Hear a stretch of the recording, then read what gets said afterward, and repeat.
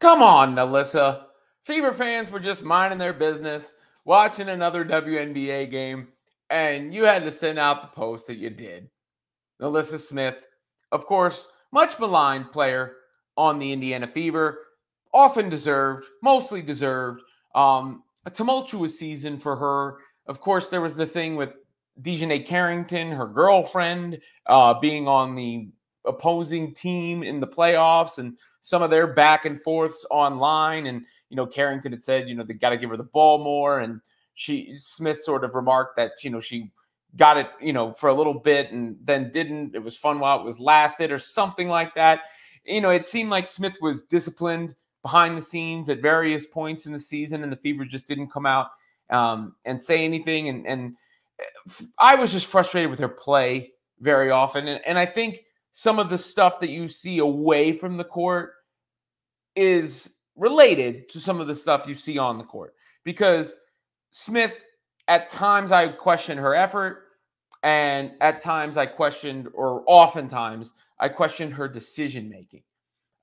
She really struggled to fit in with the way that the Fever played up-tempo style. She didn't finish that well around the basket. She made a lot of mistakes with turnovers, passes, and the like, bad reads. Everything like it was frustrating, to the point where, I was talking about them playing somebody else at power forward, even though she was probably the most talented, or is the most talented, all-around power forward on the roster. Not to mention, a lot of people think they might not protect her and she could wind up on the Golden State Valkyries. And she sent out that whole post after the season ended that basically seemed like she was saying peace out, even though apparently at the exit interviews, she wasn't saying peace out. Who knows? Who can keep up with it all? But in the midst of the Aces and Liberty game, I have to imagine this had something to do with a Chelsea Gray pass, who is a really good passer. There's no question about that. I don't think anybody can take anything away from Chelsea Gray and her ability to dime up the ball. In fact, let me show Chelsea a little love and see if I can find the highlight that most people are talking about here. Here it is. Chelsea Gray makes this really nice pass to Asia Wilson. And you can see she sees it appear in front of her when others don't see it. She's not even looking. Look away pass. Fits it into the tight window. Asia scores the bucket. I mean, that's a beautiful pass. Who could say otherwise? It's a great freaking pass from Chelsea Gray. Shortly thereafter, NaLyssa Smith sends a post out. And it says, who y'all think the best passer in the league is? Now, maybe it was a very genuine and earnest question from NaLyssa, possibly. But you know what the reactions are going to be when Caitlin Clark is on your team, as you can see just from the sampling of the initial responses right here. A couple votes for Chelsea, but for the most part, you're going to see a lot of responses in favor of Caitlin Clark. And when your teammate is Caitlin Clark, you kind of have to know what you're doing here, right? As they say, that's bait, and everybody fell for it, hook, line, and sinker. Look, is it a serious thing? Of course, it's not a serious thing, but Caitlin Clark obviously broke the assist record, both for a season and for a game. And I think had more spectacular passes than anybody else this year. And her court vision is, to me, like, it's not even just like an individual pass. It's the way she sees the court as a playmaker. There are very few players in the history of the game on the men's or the women's side who have seen the floor as well as Caitlin Clark. In fact, I would say this. There's no one who's seen it better, who I can definitively say has seen it better.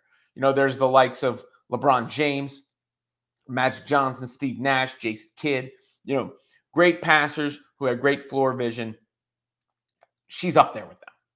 We could sit here, go back and forth and argue amongst those specific players. Obviously, Chelsea Gray earned her nickname and has made some terrific flashy passes and has done a lot of winning. Point guard, as they say. Same thing that was applied to Chris Paul, which is funny because I don't remember Chris Paul ever being talked about as the best passer per se. Maybe the most complete point guard, the best traditional point guard.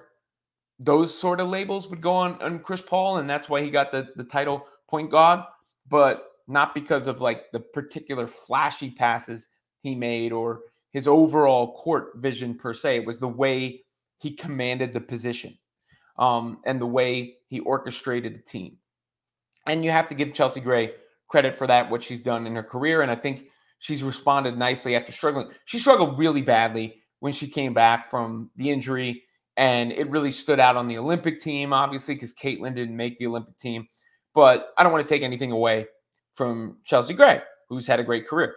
But I do think Clark is on a different level than everybody there, where we're talking about these things every single game, possession by possession, whatever. So I don't have to prove it to you. I think if I know the audience here, I am guessing the vast majority of the people listening to the sound of my voice right now agree with my assessment that Caitlin Clark is the best passer in the league. I found it amusing that NaLyssa would send it out. Of course, the responses were what they were. I mean, it's almost like that's what she was trying to get at. And, you know, I also saw, like, she did the video. She was part of the Fever congratulatory video to Caitlin. And I think even some Fever fans were like, oh, Liz, you know, and then this is the kind of thing that snaps them back right into frustration. I have a feeling, a very strong feeling, NaLyssa Smith will not be a member of the Indiana Fever next year for a variety of reasons. One of them being the basketball fit, and another one of them not being a tweet like this, who really cares, but just the consistent theme of there always seeming to be something a little messy going on, if you will. Something that you just don't want to deal with. And again, I'm pretty sure she was disciplined at times for something that went on behind the scenes. And now you got a whole new regime in play, too. It's not even just that happened with the old guard, but you got a whole new regime coming in, from team president to GM, maybe to coach. We'll see what the deal is with Christy Sides. But I'll just say I will be absolutely and utterly shocked if NaLyssa Smith is suiting up for the Indiana Fever again next season.